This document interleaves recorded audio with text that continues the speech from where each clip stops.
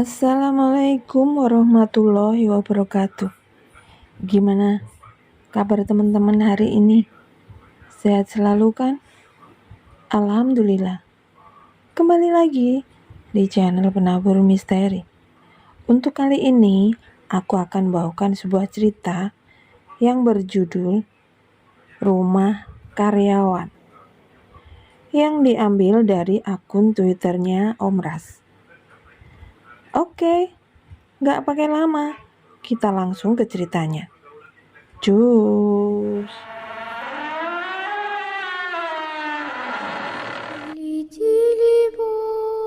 Закрой глаза скорее. Кто-то ходит за окном и стучится в дверь. Makanya, kalau gue bilang jangan ikut, tuh nurut. Keras kepala banget sih jadi perempuan, ujar Riyadi pada istrinya yang sesekali meringis sambil memenggangi perutnya yang sudah membesar. Aku khawatir sama kamu, takut kalau kamu kenapa-napa di jalan. Jawab wanita itu yang tak lain adalah istri Riyadi sendiri. Khawatir apa? Aku yang mau berangkat kerja kok diikuti. Gak mungkin juga aku langsung selingkuh, ujar Riyadi dengan suara yang meninggi, hingga membuat ibu-ibu yang duduk di kursi depan tampak mendongak untuk melihat keduanya. Sementara dia langsung menunduk kepalanya. Merepotkan saja membawamu ini, tahu gak? Sungut Riyadi. Dia diam saja. Ia tak ingin menjawab lagi, karena dia paham betul dengan sifat suaminya itu. Bila semakin dijawab, maka percekcokan itu tidak ada habisnya. Hubungan pernikahan Riyadi dan dia memang sedang tidak baik. Sudah hampir 5 bulanan ini, hubungan mereka merenggang. Tepatnya saat Riyadi memergoki dia yang saat itu sedang hamil 2 bulan, sedang dibonceng oleh mantan pacarnya, Ali. Riyadi beranggapan bahwa dia sudah selingkuh darinya.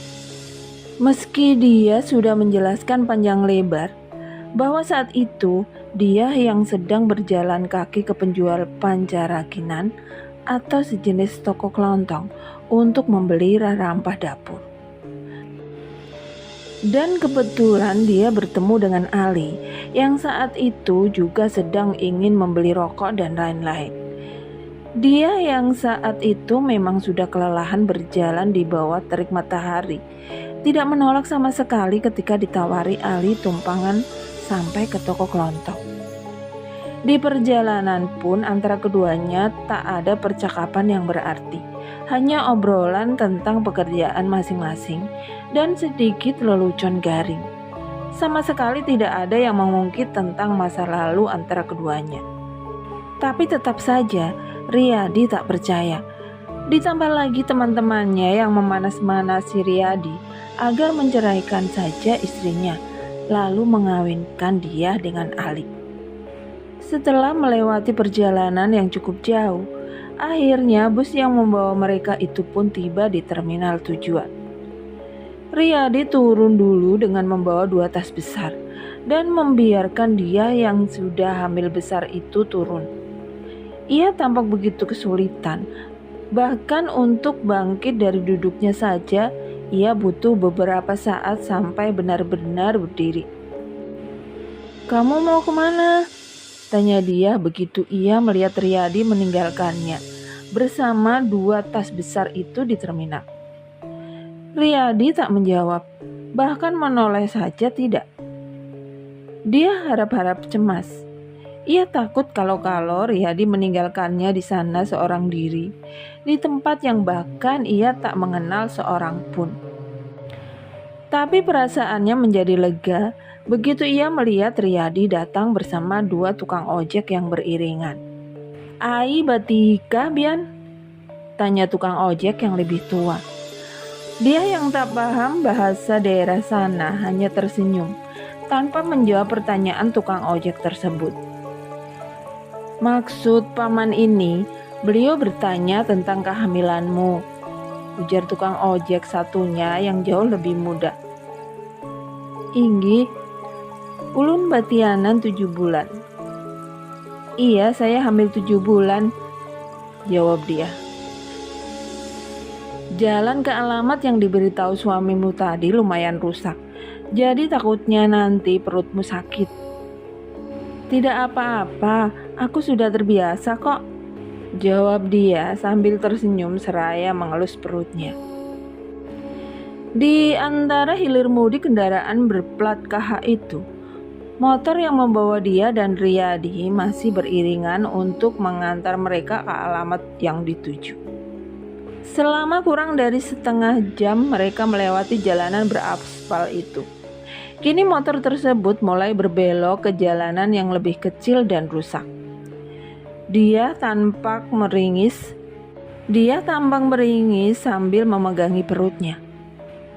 Tahu kalau penumpangnya hamil, tukang ojek itu pun memperlambat laju motornya dan berusaha melewati lubang-lubang aspal yang rusak secara perlahan-lahan. Sekitar 20 menit melewati jalanan rusak tersebut. Kini mereka pun tiba di rumah yang tampak tua. Rumah itu terlihat sama satu dengan yang lainnya. Ada beberapa orang yang terlihat sedang duduk-duduk di sebagian pelataran rumah itu. Ada yang sedang bermain dengan anaknya, ada juga wanita yang sedang memberi makan. Ada yang sedang bermain dengan anaknya, ada juga wanita yang sedang memberi anaknya makan. Tapi yang paling penting, mereka semua ramah dan langsung tersenyum pada dia begitu mata mereka bertemu. Setelah membayarkan ongkos ojek itu, mereka dihampiri oleh seorang lelaki berusia 40 tahunan. Dia langsung menyapa dan memperkenalkan diri pada Riyadi dan dia.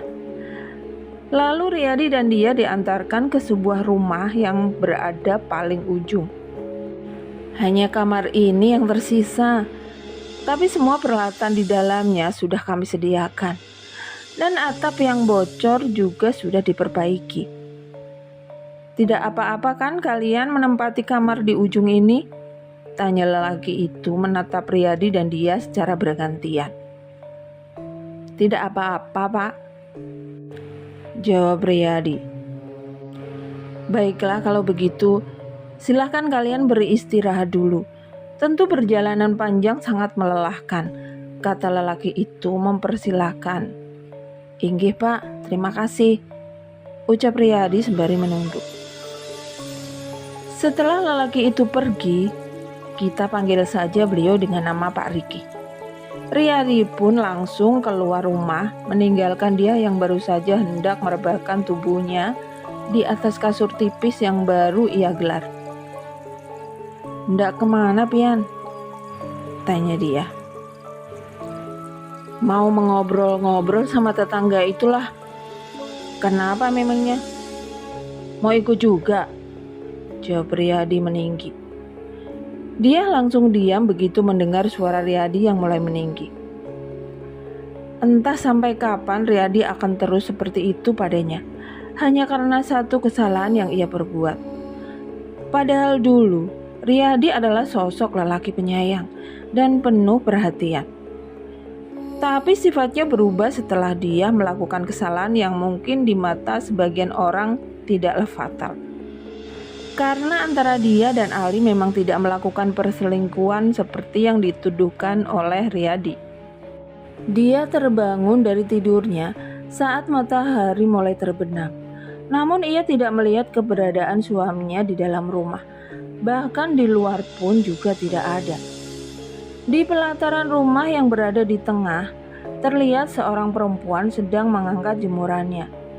Ia melempar senyum pada dia yang langsung membalas senyuman itu. Maaf, aku mau nanya, apa ada lihat suamiku? Tanya dia hati-hati. Oh, suamimu tadi pergi sama suamiku. Katanya disuruh menghadap bos.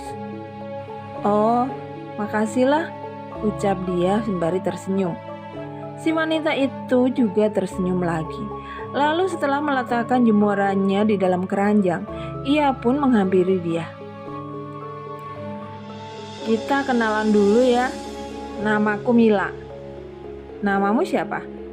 kata si wanita itu seraya duduk di pelataran. "Dia," jawab dia singkat. "Berapa bulan?" tanya Mila menunjuk perut dia. 7 bulan. Waduh, berani sekali bepergian jauh. Takutnya melahirkan di jalan akibat terguncang-guncang di perjalanan, ujar Mila. Dia tersenyum kecut mendengar perkataan Mila. "Kamu hari ini gak usah masak aja ya. Kita masak-masak di tempatku saja."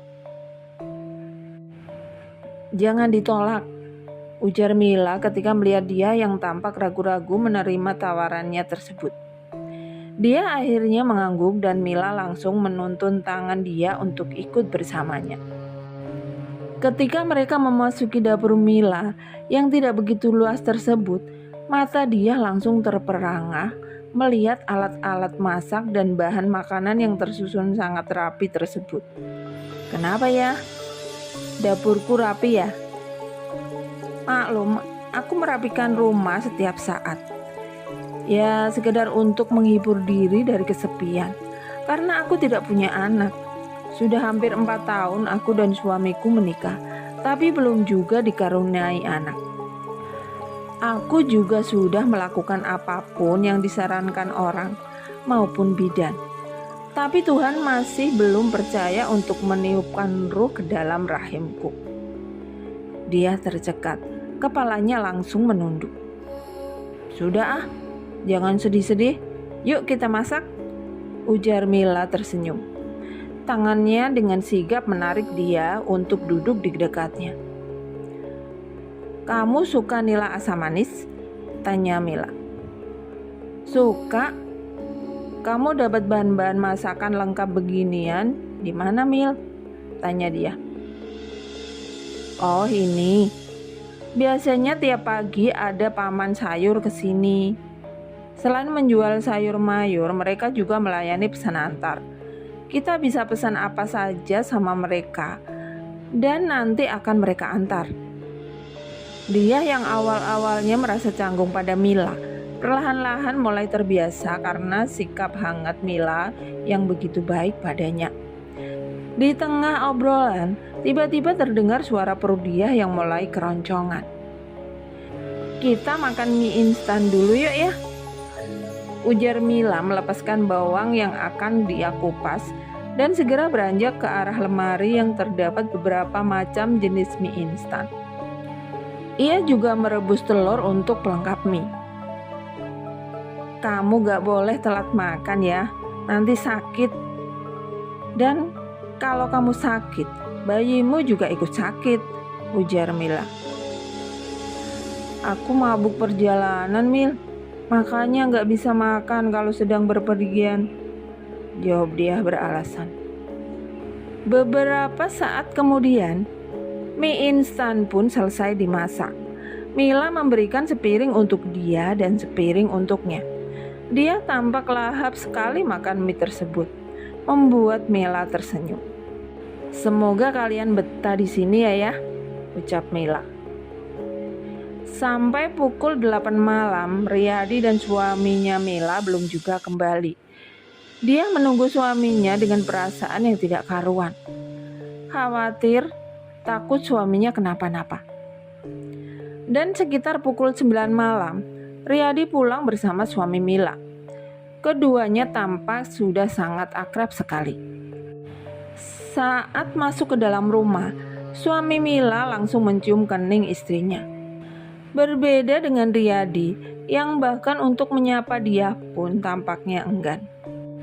Saat mereka makan bersama, sesekali dia melirik pada Mila dan suaminya yang tampak sangat romantis. Sejujurnya dia juga ingin seperti itu, tapi suaminya begitu cuek, dan ia tak ingin meminta secara paksa untuk diperlakukan romantis. Yang ada nanti bukannya romantis, malah pertengkaran yang akan terjadi. Selesai makan, Dia dan Riyadi pulang ke rumah khusus untuk karyawan yang mulai hari ini mereka tempati.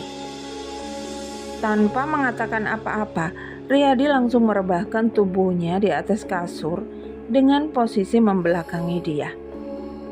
Keesokan harinya, ketika dia baru bangun tidur, ia sudah melihat suaminya sedang mengisi kompor hop yang sudah disediakan di rumah itu dengan minyak tanah. "Kapan mulai masuk kerjanya?" tanya dia. "Besok. Hari ini masih ada yang harus diurus," jawab Riyadi datar. "Dia, itu ada paman sayur. Barangkali kamu mau beli sayur mayur untuk dimasak," panggil Mila di depan pintu dengan wajah tersenyum. Dia menatap suaminya, meminta persetujuan. Ya, dia memang tidak memegang uang sepeser pun. Semua uang dipegang dan diatur oleh suaminya sejak 5 bulan lalu. Riyadi merogoh saku celananya dan memberikan selembar uang kertas pada dia. Dia tersenyum menerimanya. Mila menggandeng tangan dia dan beriringan menuju ke arah paman sayur yang terlihat sibuk melayani pembeli lainnya. Di situ Mila memperkenalkan dia dengan ibu-ibu lainnya. Mereka semua tampak ramah, namun dia merasa sangat canggung berada di antara mereka. Dia membeli ikan, tahu, dan sayur. Sementara Mila hanya mengambil pesanannya pada paman sayur tersebut.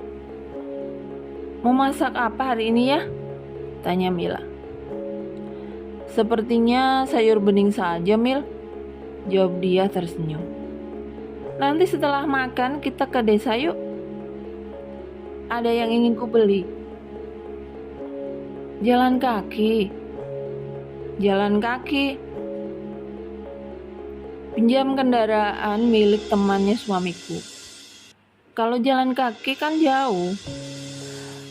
Aduh maaf Mil, perutku sakit kena guncangan di jalan.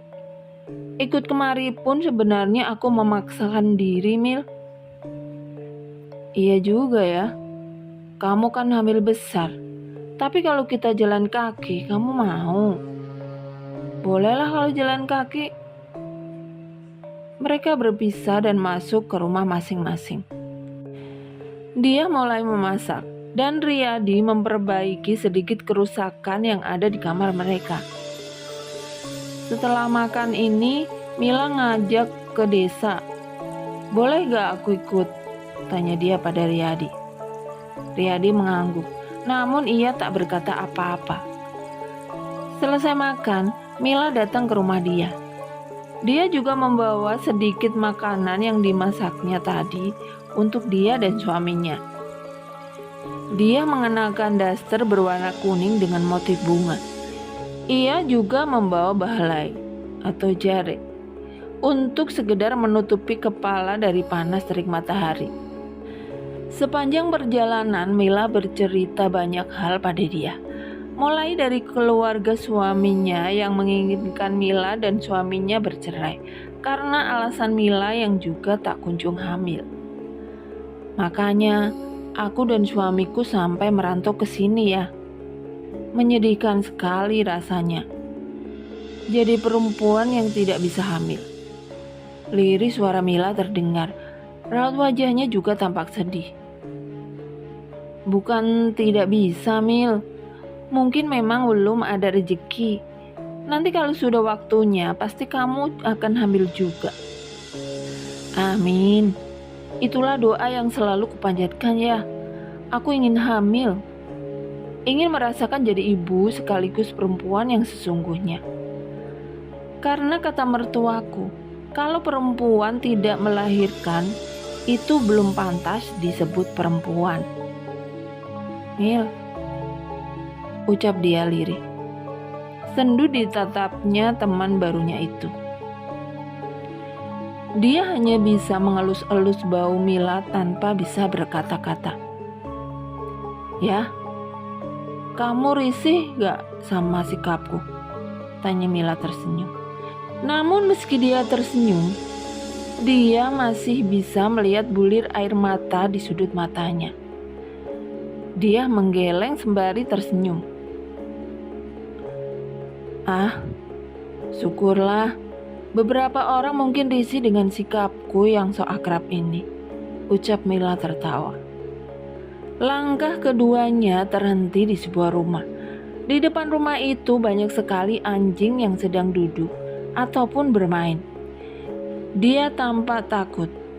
Namun Mila dengan santai memburu anjing yang hendak mendekat. Mila, mau ambil barang ya? Tanya seorang laki-laki yang sepertinya baru selesai mandi tersebut. Iya, Mang. Cuk Liannya ada? Ada. Masuk saja. Saat mereka masuk ke dalam rumah, terlihat banyak barang-barang jualan berserakan di mana-mana.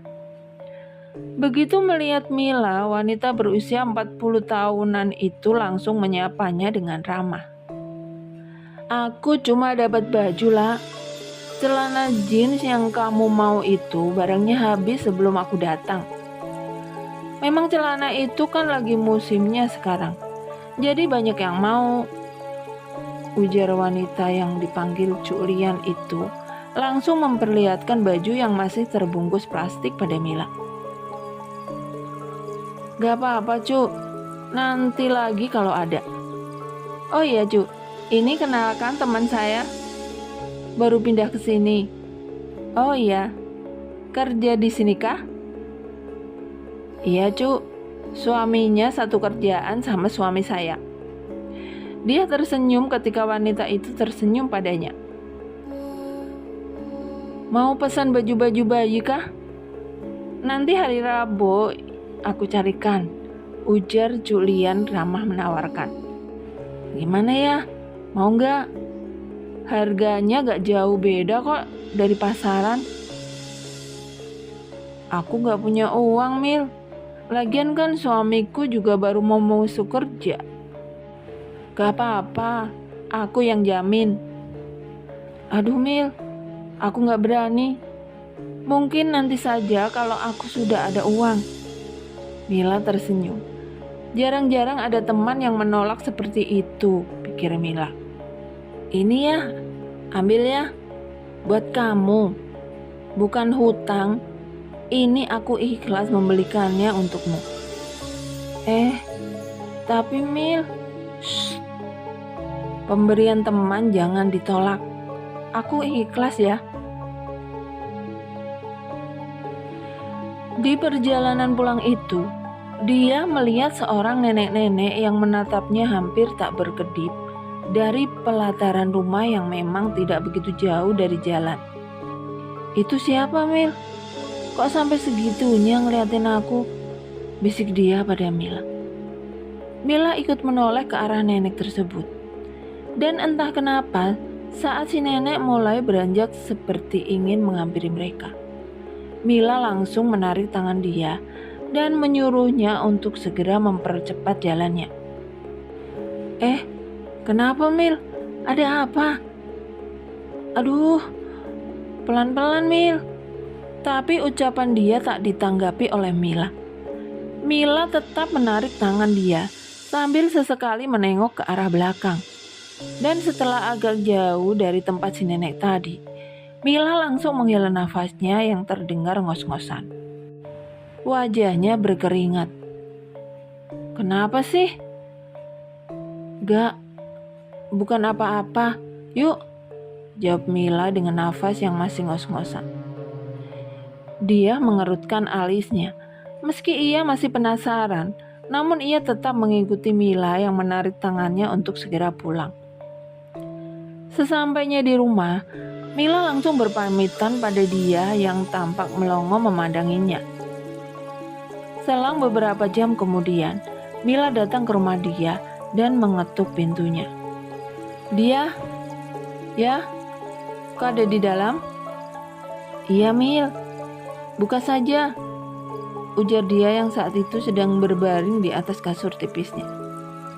Tentang tadi itu, aku ingin menjelaskan sedikit dari apa yang kudengar selama tinggal di daerah ini. ujar Mila sembari menarik nafas panjang sebelum memulai ceritanya. Kau ingat nenek-nenek tadi kan? Dia mengangguk. Kata orang-orang di sini, nenek itu suka mujo atau memuja. Memuja siapa? Tanya dia memotong perkataan Mila. Setan. Katanya setan yang dipuja nenek itu berwujud anak kecil.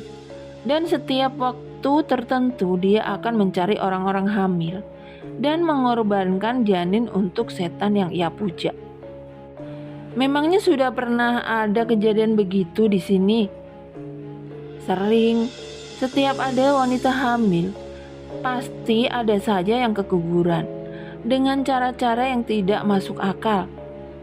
Seperti kemarin, usia kandungan yang sudah masuk 7 bulan malah keguguran. Entah apa sebutannya itu. Tapi harusnya kan janin usia 7 bulan itu sudah berbentuk. Tapi dalam semalam saja janin itu hancur dan gugur dalam bentuk darah. Perut ibunya yang semula besar pun langsung kempes. Lalu ibunya bagaimana? Tidak selamat ya, ibunya meninggal. Kata orang, janinnya saat di perut itu diobok-obok oleh setan peliharaan si nenek. Masa begitu? Tanya dia tak percaya. Aku juga awalnya gak percaya. Tapi ada beberapa hal dan bukti yang membuat aku percaya, ujar Mila. Ini bawang tunggal dan jeruk nipis, simpan di bawah tempat tidur, ujar Mila memberikan beberapa bawang tunggal dan jeruk nipis pada dia. Ini untuk apa? Itu tangkal, simpan saja. Malam itu, dia sedang memasak. Sementara Mila sudah pulang sejak sore tadi. Kira-kira saat itu masih pukul 8 malam. Dan Riyadi masih belum pulang ke rumah. Entah kemana dia pergi bersama suami Mila. Bro, cit. Suara mirip benda jatuh yang diikuti cakaran pada atap seng rumah itu mengagetkan dia. Hampir saja pisau yang masih dipegangnya mengiris tangannya sendiri karena kaget. Hus, hus. Beberapa kali dia mengeluarkan suara untuk mengusir sesuatu yang ia kira binatang tersebut. Riet, riet, brak. Pintu rumah terbuka yang rupanya Riyadi baru saja pulang. Dia menghela nafas lega melihat kedatangan suaminya itu. Dengan segera ia menyiapkan kopi panas untuk suaminya. Ini minum dulu. Hening. Tak ada lagi percakapan antara keduanya. Malam semakin larut. Riyadi yang sudah lebih dulu tertidur, setelah makan tadi, terdengar suara mengorok. Berbeda dengan dia yang masih terjaga. Dia memikirkan bagaimana nasib bayinya nanti setelah lahir. Perlengkapan bayi saja ia belum punya. Bahkan biaya untuk lahiran pun ia tidak ada. Terlebih sekarang mereka sedang di perantauan jauh dari keluarga. Hari-hari berlalu. Tak terasa 1 minggu sudah dia dan Riyadi tinggal di area itu. Dan hari itu, setelah suaminya berangkat kerja, dia keluar rumah untuk menjemur pakaian yang baru saja mereka cuci. Mila tak terlihat keluar rumah. Bahkan pintu rumahnya pun masih terkunci. Dia mengira Mila masih tidur. Namun sampai siang pun pintu rumah Mila tetap tertutup. Dia yang penasaran itu pun langsung ke rumah Mila. Beberapa kali ia mengetuk pintu, namun tidak ada jawaban. Mila, kamu di dalam, Mil? Kamu sakit ya?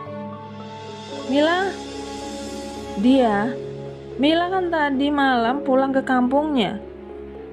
Dia nggak bilang kah? Padahal kan kalian sudah akrab.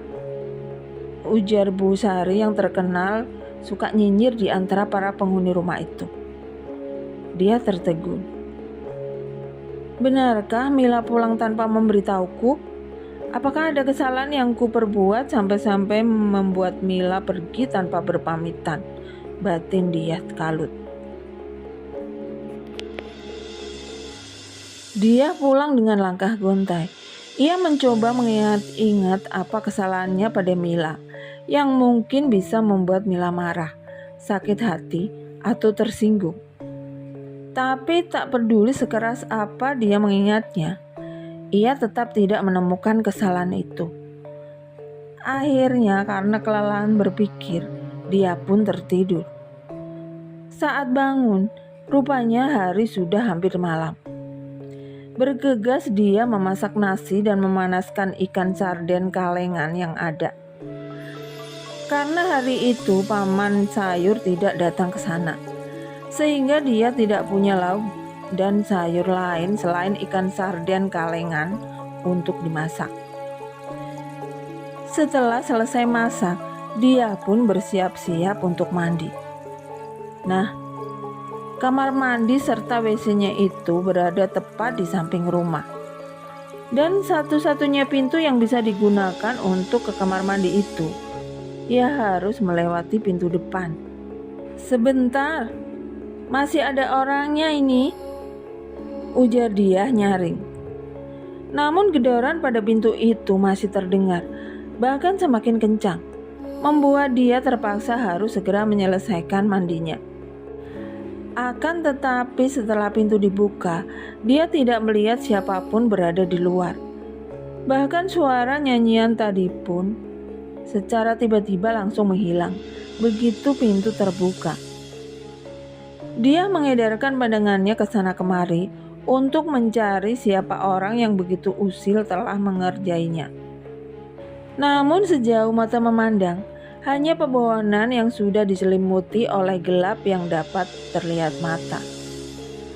Dengan perasaan kesal, dia lalu meninggalkan kamar mandi. Di dalam rumah, setelah selesai berpakaian, dia duduk di atas kasur sambil mengelus perutnya. Menyambung kembali ingatannya tentang kesalahan apa yang sudah diperbuat Madam Mila. Tok tok tok. Suara ketukan pintu yang terdengar acap. Siapa? Tak terdengar jawaban, membuat dia enggan untuk membuka pintu. Tok tok tok. Lagi-lagi terdengar ketukan yang sama. Siapa? Tanya dia dengan suara yang jauh lebih keras agar orang yang mengetuk pintu itu mendengar. Hening. Karena penasaran, dia langsung berjalan ke arah pintu untuk mengintip siapa orang yang berada di luar. Namun tidak ada siapa-siapa. Setelah benar-benar yakin tidak ada siapa-siapa, dia kembali ke kasur. Tapi belum ada semenit dia duduk di kasurnya, ketukan yang sama kembali terdengar. Dengan perasaan kesal mengira ada orang yang iseng padanya, dia pun lantas segera membukakan pintu. Dan betapa ia sangat terkejut begitu melihat seorang nenek-nenek sedang berdiri di depan pintu, membawa bungkusan sesuatu di tangannya. Teringat cerita Mila sebelumnya, dia pun langsung berusaha menutup kembali pintu rumahnya. Namun pintunya ditahan oleh si nenek yang memiliki wajah tampak menyeramkan itu. Saya tidak ada urusan sama nenek. Pergi, Nek, ujar dia dengan suara bergetar. Dengan sekuat tenaga dia berusaha menutup pintu. Meski saat itu pintunya masih ditahan oleh si nenek. Anehnya, kekuatan nenek itu tidak seperti nenek-nenek pada umumnya. Karena si nenek cukup kuat untuk menahan pintu, meski dia sudah mendorong pintu dengan kuat. Saya mohon, Nek, jangan ganggu janin saya. Saya tidak punya siapa-siapa selain anak ini, Nek. Isak dia yang akhirnya membuat si nenek perlahan-lahan melepaskan tangannya dari pintu. Setelah pintu tertutup, dia langsung menutup mulutnya dengan kedua tangan. Tubuhnya gemetar dan air matanya terus mengalir. Hanya satu yang ia harapkan saat itu, yaitu Riyadi pulang. Dan andaikan Mila ada di rumahnya, sudah tentu dia akan berteriak memanggil Mila. Tapi saat itu, keadaan benar-benar sunyi. Para tetangga yang lain pun sudah berada di dalam rumah semua. Karena memang di sana ketika jam 5 sore, orang-orang akan langsung masuk rumah. Brak, brak. Suara gedoran di pintu semakin membuat dia ketakutan. Saya akan berteriak kalau nenek masih di situ, ancam dia. Gubrak. Tolong! Teriak dia histeris begitu ia mendengar suara dari atap. Karena teriakannya itulah, para tetangga berdatangan. Hei, apa kau baik-baik saja? Teriak beberapa orang dari luar. Dia dengan kaki yang gemetar, lantas bergegas berlari ke arah pintu. Saat pintu ia buka, terlihat wajah khawatir para tetangganya itu langsung berubah lega ketika melihat dia baik-baik saja. Kenapa? Ada kau sakit perut? Tanya ibu-ibu yang sambil menggendong anak balitanya. Tidak, tapi tadi ada nenek-nenek yang mencoba menerobos masuk. Dia terus menggedor-gedor pintu. Saya takut. Nenek-nenek, dia mengangguk. Jangan-jangan nenek itu, ujar ibu-ibu yang lainnya. Seorang bapak-bapak menyenggol ibu-ibu tersebut dan lantas mengisyaratkan untuk diam padanya. Dia tampak bingung melihat mereka. Apa maksudnya dengan jangan-jangan nenek-nenek itu tadi? Tanya dia. Bukan apa-apa, jawab ibu itu gugup dan seperti menyembunyikan sesuatu. Katakan saja, jangan dirahasiakan. Bila ada yang menurut kalian itu harus saya ketahui. Saya mohon. Saya tidak ingin kehilangan anak yang berada di kandungan saya ini, ujar dia. Mereka terlihat saling pandang satu dengan yang lainnya. Sebaiknya kau tunggu di rumahku saja ya, sampai suamimu datang. Nanti akan kuceritakan apa maksud perkataanku tadi. Dia mengangguk, kemudian mengikuti si ibu tersebut yang ternyata rumahnya berada di sebelah rumah Mila. Rumah itu berantakan. Pakaian yang baru saja kering tampak berserakan di lantai, bercampur beberapa mainan anak kecil. Maaf, agak berantakan. Silakan duduk. Tidak apa-apa. Terima kasih sudah mengajak saya kemari. Saya benar-benar takut saat melihat nenek itu tadi.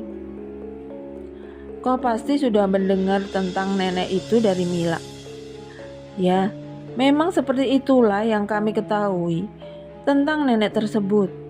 Dulu rumah yang kamu tempati itu ditempati pasangan yang istrinya juga sedang hamil besar. Awalnya, dia juga mengeluhkan bahwa setiap malam di rumahnya selalu ada yang mengetuk pintu. Saat dibuka oleh suaminya, rupa-rupanya yang sering menggedor-gedor pintu itu adalah si nenek. Dan tidak lama setelahnya, kejadian menyeramkan itu terjadi. Cerita si ibu berhenti. Ia sepertinya enggan untuk melanjutkan. Kejadian menyeramkan seperti apa? Tanya dia semakin penasaran. Perut wanita itu sakit. Awalnya dikira akan melahirkan tidak cukup bulan atau prematur.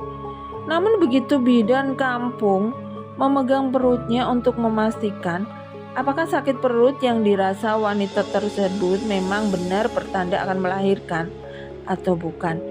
Tapi ternyata janinnya sudah tidak bisa diraba. Hanya terasa seperti gumpalan-gumpalan, kata bidannya dulu. Wanita itu terus merasa kesakitan, sementara darah juga terus keluar dengan sangat banyak.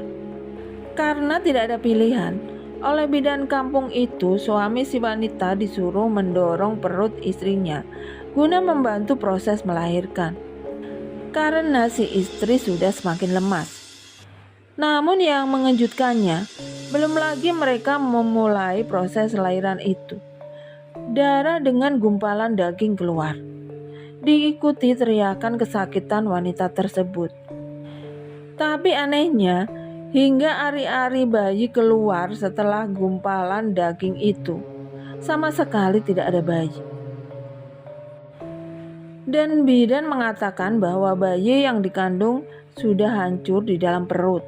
Setelah ia mengamati gumpalan darah yang ternyata adalah daging. Karena di antara gumpalan-gumpalan daging itu juga ada terdapat gumpalan rambut. Bleh. Tidak masuk akal, gumam dia. Ya, memang sangat tidak masuk akal. Tapi itulah kami saksikan dengan mata kepala kami sendiri. Begini dia, kau tidak bisa menyatukan antara yang gaib dengan logika. Dan dia, ayo pulang, ujar Riyadi. Mendengar suara suaminya di luar rumah, dia pun bergegas beranjak dari duduknya. Dia, hati-hati, kalau ada apa-apa jangan ragu untuk berteriak minta tolong. Kami pasti akan langsung datang, ujar si ibu. Dia mengangguk. Terima kasih, ucapnya sebelum keluar. Riyadi langsung tidur.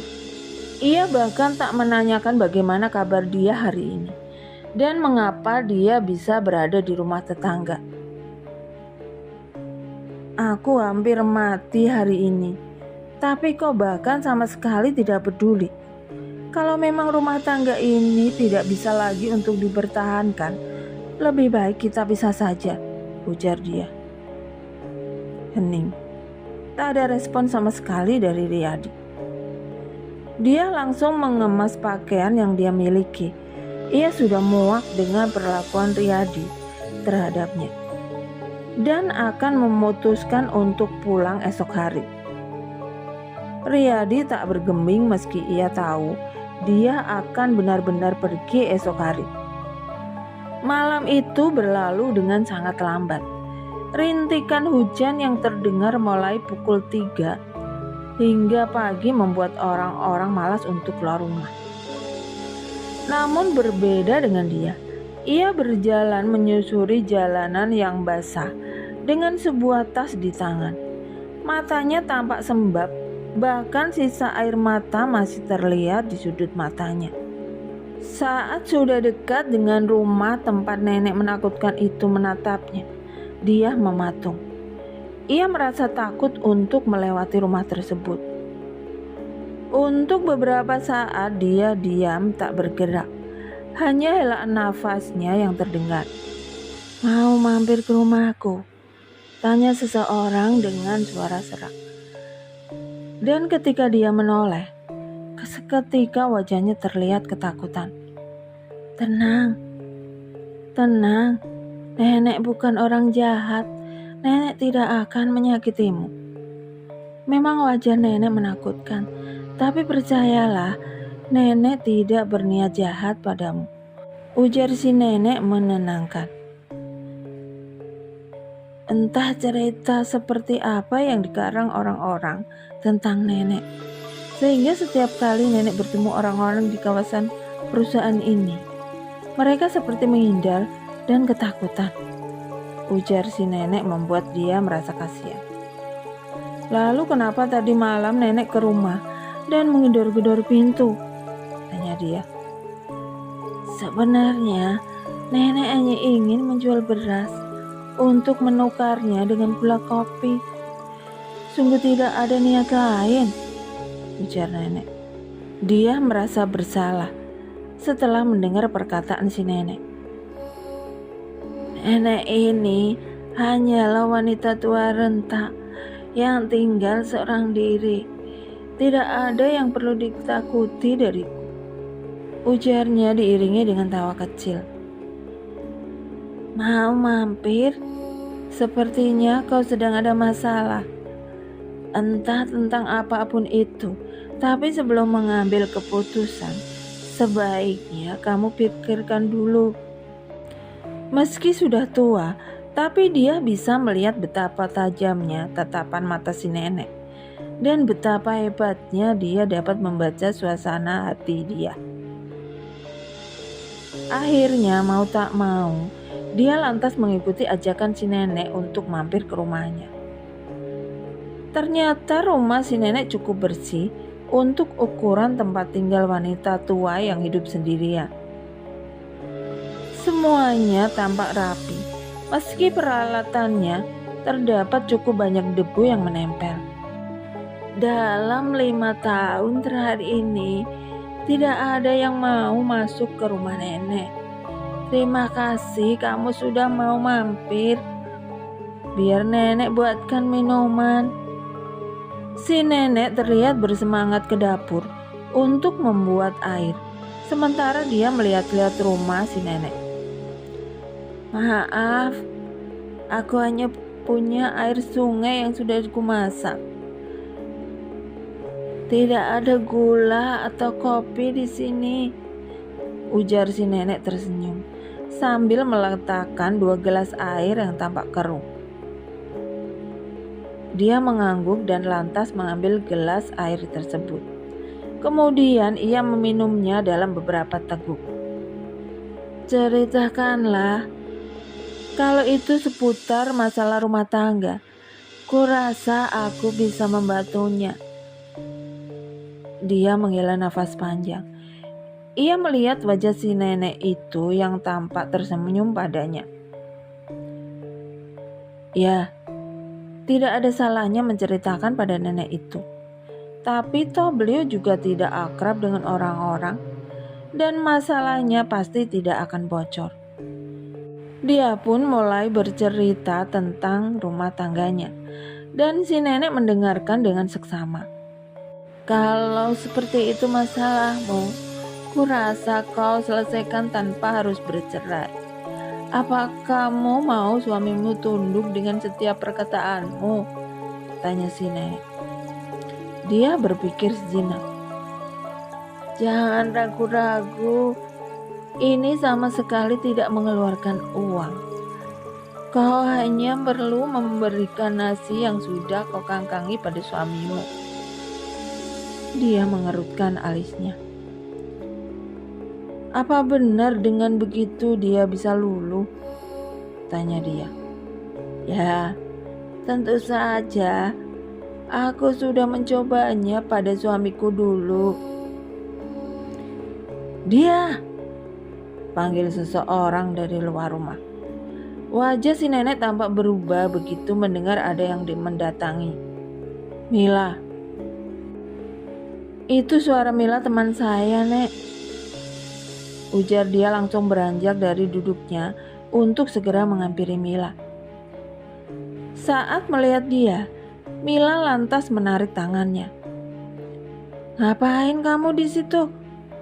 Bentak dia pelan. Sementara si nenek hanya menatap keduanya dari depan pintu. Jelas sekali raut wajahnya memperlihatkan ketidaksenangan akan kehadiran Mila. Saya permisi, Nek. Terima kasih airnya, ucap dia membuat mata Mila melotot. Yang benar saja, kau minum air yang dikasih nenek itu, ujar Mila. Mila, nenek itu bukan orang jahat. Kasihan beliau, Mil. Bisa saja cerita yang kalian dengar itu hanyalah cerita kenangan saja dari orang-orang yang tidak menyukai si nenek. Mila geram mendengar jawaban dia. Coba beritahu aku, dia mengatakan apa tadi? Cepat katakan dia. Jangan diam saja. Kau disuruh melakukan apa? Urut, pijat, atau minum ramuan aneh? Bukan itu, Mil. Aku hanya bercerita tentang masalah rumah tanggaku. Dan beliau menyarankan agar aku membuat sesuatu yang bisa merubah suamiku menjadi lebih baik padaku. Sesuatu apa? Saat dijelaskan oleh dia, sontak mata dia melotot dan hampir keluar. Dia langsung memukul bahu dia dengan keras. Itu pirunduk, bukan pirunduk bagus. Kalau kau melakukan itu pada suamimu, maka saat kau mati, kau tidak akan diterima bumi. Kau akan jadi sanda sebelum suamimu memaafkanmu, ujar Mila gusar. Sudah aku bilang kan, kalau nenek itu bukan orang baik. Tapi kenapa kau mau diajak ke rumahnya? Kau bodoh sekali dia. Baru saja kukira aku akan menemukan jalan keluar untuk rumah tanggaku, Mil. Kau tahu, hari ini aku akan memutuskan untuk mengakhiri hubungan kami. Karena sepertinya dia tidak akan memaafkanku. Tadi malam saja saat aku hampir mati karena ketakutan, dia sama sekali tidak mengkhawatirkan aku. Itu menurutmu, dari sudut pandanganmu. Sementara kau tidak mengetahui apa yang dia lakukan di belakangmu untuk memastikan keselamatanmu. Mila mengambil tas yang ditenteng oleh dia. Lalu ia menarik tangan dia membawanya pulang kembali ke perumahan karyawan yang mereka tinggali. Minum ini, jangan lupa oleskan juga ke perutmu. Dan yang ini kamu harus bawa kemanapun kamu pergi. Ingat, jangan percaya apapun yang dikatakan nenek itu, ujar Mila begitu mereka sampai di rumah. Apa ini? Tanya dia mengamati kadut kain hitam yang diberikan oleh Mila. Entah apa isinya. Suamimu yang memintaku mencarikan penangkal untukmu. Karena suamiku sudah menceritakan semuanya yang pernah terjadi pada wanita hamil di daerah sini padanya. Makanya suamimu meminta tolong padaku untuk selalu menjagamu. Benarkah? Kamu gak bohong? Mila menggeleng. Nanti kamu tanyakan langsung pada suamimu. Kalau bukan karena dia meminta tolong, mana mungkin aku pergi diam-diam tanpa pamit padamu di malam hari. Malam itu, dia menunggu suaminya ditemani oleh Mila yang tampaknya sedang asik membaca buku novel karya Freddy S. Sesekali ia tersenyum dengan mata yang masih lekat membaca kata demi kata dalam buku tersebut. Kamu mau kemana ya? Tanya Mila saat dia beranjak dari kasurnya. Mau buang air kecil. Mila pun ikut bangkit dan menggandeng tangan dia menuntun keluar. Jangan ditutup pintunya ya, ujar Mila saat dia masuk WC. Mil, kamu tunggu saja di dalam rumah. Aku berani kok. Mila tidak menjawab, tapi ia sama sekali tak bergeming di tempatnya menunggu. Rintik hujan mulai berjatuhan, diikuti angin yang berembus semakin kencang. Sudah ya? Tak ada jawaban. Ya? Dia? Kau dengar aku? Tak ada sautan dari dalam. Mila yang khawatir itu langsung mendorong pintu agar terbuka lebar. Dan ia sangat terkejut kala melihat dia berdiri di atas kloset membelakangi pintu. Dia? Kamu ngapain? Dia tertawa, namun tawanya lebih terdengar seperti ringkikan. Dia? Panggil Mila dengan suara bergetar. Dia perlahan-lahan berbalik. Matanya yang semula indah, kini terlihat menakutkan dengan warna putih yang memenuhi matanya. Mila mundur, namun ia tak mau meninggalkan dia. Berdoa dia, lawan dia.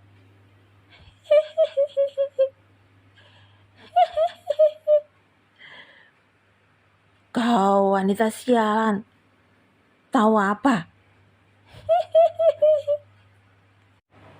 Ketika dia mulai menyerangnya, Mila tentu saja berusaha menahan serangan Mila. Mulutnya tak henti-henti berteriak meminta tolong pada para tetangga. Namun suara hujan yang semakin besar dengan guntur yang terus-menerus berbunyi membuat suara Mila tak terdengar. Dia, sadar ya. Tiba-tiba tubuh dia ambruk. Sebisa mungkin Mila langsung menahan tubuh dia agar perutnya tidak mengenai lantai. Hujan semakin deras. Baju keduanya sudah basah karena terpias air hujan. Mila berusaha untuk mengangkat tubuh dia, namun tentu saja ia tidak sekuat itu. Tolong!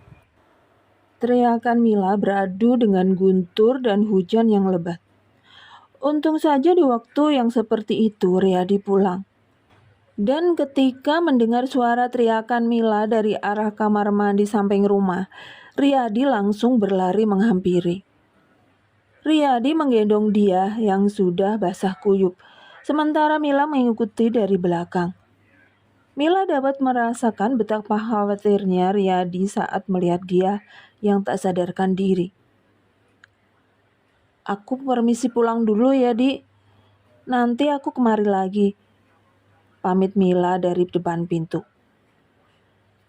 Setelah keadaan sedikit lebih tenang dan hujan sudah mulai mereda, Mila bersama suaminya datang.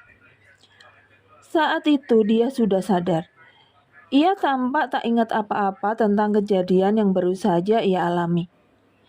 Riyadi pun sedikit memahami apa yang terjadi ketika Mila menceritakan tentang dia yang tiba-tiba bertingkah aneh. Keesokan harinya, Riyadi membawa dia ke desa dengan ditemani oleh Mila. Desa yang mereka datangi itu berada lumayan jauh dari lokasi perusahaan tempat Riyadi bekerja. Bahkan desa itu lebih mirip sebuah dusun yang hanya dihuni beberapa kepala keluarga saja. Di rumah yang bertiang tinggi dan berdinding kulit kayu itulah mereka bertiga singgah. Seorang nenek tua yang sedang menampi beras di bawah rumah itu terlihat memandangi mereka bertiga. Beberapa anjingnya menyalak pada Riyadi, dia dan Mila. Mau apa kemari? Tanyanya dalam bahasa Indonesia yang sangat kaku. Maaf, Nek. Ini teman saya yang kemarin saya pintakan penangkal, jawab Mila. Lalu, tadi malam dia seperti kesurupan, Nek. Apa mungkin itu reaksi dari tangkal yang nenek berikan? Nenek tersebut melangkah keluar dari bawah rumah. Rambutnya yang sudah memutih sebagian tampak mengkilat terkena matahari. Dia menunduk ketika si nenek mendekat dan menatapnya dengan tatapan aneh. Sebelah matanya yang rusak membuat dia sedikit merasa takut untuk membalas tatapan nenek tua itu. Rupanya kau sudah dibekali penjaga oleh keluargamu, dan tangkal yang kuberikan membuat penjagamu marah. Sehingga dia berusaha untuk menyerang temanmu yang dianggap mengacaukan tugasnya menjagamu. Ujar si nenek seraya menatap dia dari ujung rambut hingga kaki. Jadi, meskipun tanpa tangkal itu, dia akan tetap aman. Jadi, meskipun tanpa tangkal itu, dia ini akan tetap aman. Begitukah? Tanya Mila. Si nenek mengangguk. Tidak ada yang perlu dikhawatirkan. Dia dan janinnya akan baik-baik saja. Ujar si nenek seraya kembali ke bawah rumah untuk melanjutkan pekerjaannya. Dan benar saja, dia tetap aman meski hampir setiap malam terdengar suara-suara aneh dari atas atap maupun samping rumah. Dan sekarang kehamilan dia sudah berada di akhir yang hanya tinggal menunggu hari menjelang persalinan. Perlengkapan bayi pun sudah ia beli, walau tidak begitu banyak. Beberapa didapatnya dari Mila yang memaksa untuk memberikan baju-baju bayi sebagai hadiah. Suasana malam itu cukup ramai oleh beberapa tetangga yang melakukan acara bakar-bakar ayam di luar rumah. Sementara dia dan Mila hanya menonton dari pelataran rumah. Tiba-tiba dia mengaku perutnya sakit, membuat Mila sangat khawatir. "Sepertinya kamu mau melahirkan ya?" ucap Mila. "Aduh, bagaimana ini? Aku sama sekali tidak ada pengalaman membantu orang lahiran. Tunggu, biar aku berpikir dulu. Panggil tetangga, Mil. Cepat." "Ah iya benar, tetangga." Mila langsung meloncat ke tanah dan berlari meminta bantuan pada para tetangga yang sedang asik berpesta. Dalam beberapa menit saja, para tetangga pun langsung berdatangan. Namun begitu mereka sampai ke rumah dia, rupanya dia sudah melahirkan seorang bayi perempuan, tepat di pelataran rumah dan hanya beralaskan tikar purun. "Tambuninya belum keluar," ujar ibu-ibu yang memeriksa, sementara ibu-ibu yang lain membantu mengeluarkan tambuni anak dia. Mila disuruh menyiapkan tempat untuk dia dan anaknya di dalam rumah. Air mata tampak menetes dari sudut mata Mila. Kala ibu-ibu yang membantu dia mengatakan kalau tambuninya sudah berhasil keluar. Beberapa bapak-bapak tampak repot mengambil tikar untuk alas, dan yang lain tampak repot mencari upi. Upi biasanya digunakan untuk alas duduk setelah melahirkan, dan di atas upi diberikan abu panas, serta minyak kayu putih yang gunanya untuk melancarkan darah merayun keluar. "Anakmu perempuan dia. Selamat ya," ucap Mila dengan suara bergetar. Anak dia langsung dimandikan oleh ibu-ibu yang sepertinya sangat berpengalaman memandikan bayi baru keluar. Suara tangis bayi itu terdengar nyaring kala air mengguyur tubuh mungilnya. Selesai dimandikan, bayi itu kemudian digendong oleh Mila.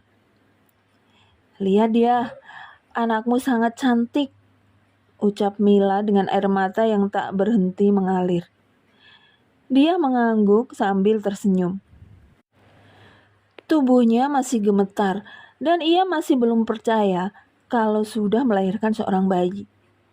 Karena rasa sakitnya itu hanya sebentar, tidak seperti yang diceritakan orang-orang. "Kamu beruntung, melahirkan begitu mudah. Kalau aku, dulu susah sekali lahirannya. Bahkan sampai minta pelungsur ke sana kemari," ujar ibu yang tadi membantu mengeluarkan tambuni. "Saya pun tidak menyangka, setelah sakit perut tadi, tiba-tiba langsung terasa seperti ada sesuatu yang menonjol ingin keluar. Saya langsung melepaskan celana dan begitu saya hendak mengejan, tiba-tiba, blus, langsung keluar bayinya," cerita dia. Melihat banyak orang di depan rumahnya, Riyadi yang baru pulang kerja itu langsung berlari. Namun seorang bapak-bapak menghentikan langkahnya. "Istrimu melahirkan. Apa dia baik-baik saja?" tanya Riyadi cemas. "Jangan khawatir, istri dan anakmu selamat dan baik-baik saja." Saat Riyadi masuk ke dalam rumah, ia melihat dia yang tersenyum padanya, dan bayinya masih digendong oleh Mila. "Kamu baik-baik saja?" tanya Riyadi untuk pertama kalinya setelah beberapa bulan tak pernah menunjukkan perhatian pada sang istri. Dia mengangguk. Riyadi menangis ketika mendengar cerita istrinya yang melahirkan di pelataran rumah seorang diri. "Maafkan aku yang selama ini begitu kekanak-kanakan. Padahal aku tahu kau tidak pernah berhubungan dengan Ali," ucap Riyadi. "Kau tahu, "Tapi kenapa kau menyiksaku?" tanya dia. Aku terpanasi oleh perkataan teman-temanku. Ini salahku, maafkan aku dia. Syukurlah kalau kau sudah sadar, Di. Aku selalu menyuruh suamiku menasihatimu untuk lebih jujur lagi pada dia. Dan untuk kedepannya, kuharap kau bisa lebih pintar dalam memilih teman, ujar Mila. Riyadi mengangguk. Nah, ini anakmu, dia sangat cantik, ujar Mila memberikan bayi itu pada Riyadi yang langsung menyambutnya dengan raut haru bahagia. Begitulah, semua kemudian menjadi baik-baik saja. Meski gangguan-gangguan kadang masih terasa di sekitar rumah, tapi syukurnya dia, Riyadi dan anak mereka tidak ada yang terluka. Mila masih menjadi sahabat baik bagi dia. Dan hari itu ia datang ke rumah dia dengan wajah yang berbunga-bunga. Dia, sebentar lagi aku juga akan menjadi ibu, ucapnya dengan senyum yang sangat manis. Mata dia melotot, bibirnya langsung tersenyum, raut wajahnya tampak bahagia. Selamat, Mil. Ya Tuhan, aku senang sekali. Berkat kau yang membiarkan aku ikut merawat anakmu, dia. Sekarang aku pun ketularan hamil. Juga berkat doa dan usahamu selama ini, Mil. Ya, Mila hamil saat anak dia berumur 4 bulanan. Dan memang Mila seperti ibu kedua bagi anak dia. Namun, pelangi tak selamanya menghiasi langit. Dan kebahagiaan Mila tak berlangsung lama. Saat kandungannya berusia 3 bulan, Mila keguguran. Mila seperti orang gila karena kehilangan janinnya. Ia bahkan sampai berhari-hari mengurung diri di dalam rumah. Dia tentu saja berusaha untuk menenangkan Mila agar tidak bersedih lagi. Namun hati ibu mana yang tak sedih kehilangan anaknya? Dia hanya bisa mendoakan agar Mila diberi kekuatan dan ketabahan supaya ia bisa melewati ujian itu. Dan tak lupa, dia juga mendoakan semoga Mila segera diberi kepercayaan lagi untuk memiliki buah hati yang sangat dirindukannya. Oke, sekian dulu ceritanya. Semoga dapat diambil pembelajaran dari kisah cerita ini. Nantikan cerita-cerita lainnya yang tentunya lebih seru dan horor. Dan jangan lupa yang belum subscribe dulu dan tekan tombol loncengnya agar tidak ketinggalan cerita-cerita dari channel ini. Matur nuwun. Wassalamualaikum warahmatullahi wabarakatuh.